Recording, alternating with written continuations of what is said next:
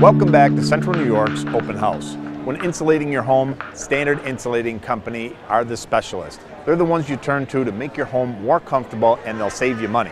Now, if you have an older home and there's all kinds of different places that are hard to reach, all those nooks and crannies, you want to make sure it's sealed airtight so you can save those energy dollars. We're going to head out to a project in Whitesboro where Standard did just that. Oftentimes when we're looking to buy a new house, we're looking at the cosmetic things that the home needs. Siding, windows, new countertop, maybe a new bathroom.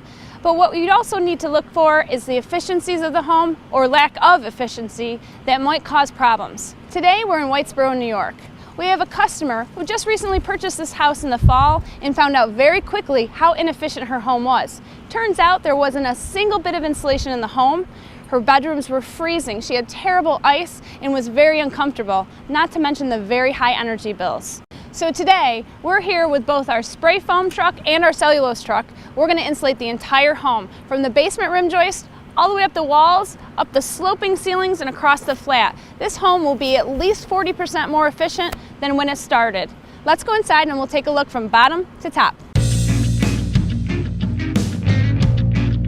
So we start off in the basement. The weak spot of the basement is the rim joist. You've heard me talk about this before, but it's the place where your floor joists sit on top of your foundation. It is the weakest spot in the house. And the best way to combat this area, because it's almost always in a very odd shape, it's got things in front of it, is to spray foam it. This way it seals, it waterproofs, it conforms to any kind of space that we need to. And it is the beginning stages of us creating the most efficient home that we can for this older home. Chris is spraying a 2-pound closed cell foam. It's actually a harder foam. It goes in as a liquid. Within 30 seconds it becomes a plastic, and it, as you can see, conforms to any space that we need to. By far much more efficient than a fiberglass bat or trying to cut pieces of foam board to fit into this space.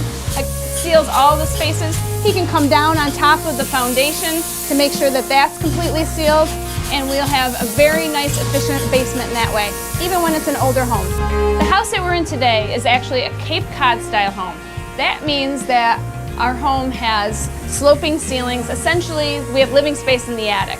So we have a sloping ceiling, we have knee walls, we have pockets in the knee walls, and all these things are really a big part of why a home is so uncomfortable. We have hot summers and really cold winters, and the walls are cold and the roof is cold.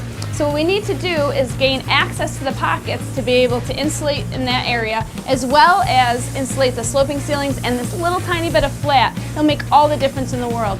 In this house, we actually have an access to be able to get into the space through a closet. These closets are often used for storage and things of that nature.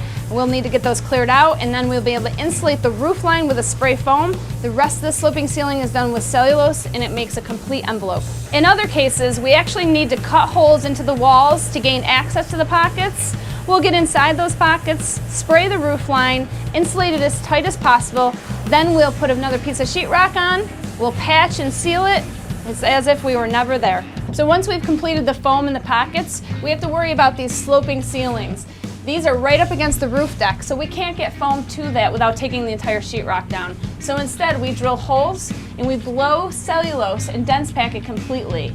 In most cases, we can get it from the attic space, but in this case, that space is so small, a person can't get in there, so we're gonna have to drill that. You've seen already, we've drilled it, we've insulated it, and we put the first layer of plaster on it. We'll get that down to a complete finished surface. It'll get repainted and you'll never know we were here. One of the last steps in insulating this house is insulating the sidewalls. Like I said earlier, there wasn't a bit of insulation in the house. We removed the exterior siding, we drill through the old clapboards, and it exposes this open cavity wall. You can see there's not anything in this wall, nothing to protect us from the elements of the outside, whether it be cold or hot.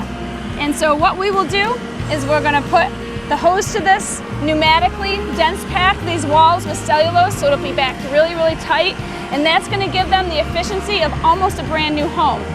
Once we're done filling the walls with cellulose, we'll plug the holes, put the siding back on, and it'll be like we were never here, just like upstairs. Except this home is going to be at least 40% more efficient, if not better than that. It's going to be warmer in the winter, much cooler in the summer, You're not going to hear the outside noises. The home is going to be so much more efficient and comfortable. If you think your home might be in need of insulation or just in need of an evaluation and you're ready to save lots of energy, give Standard Insulating a call.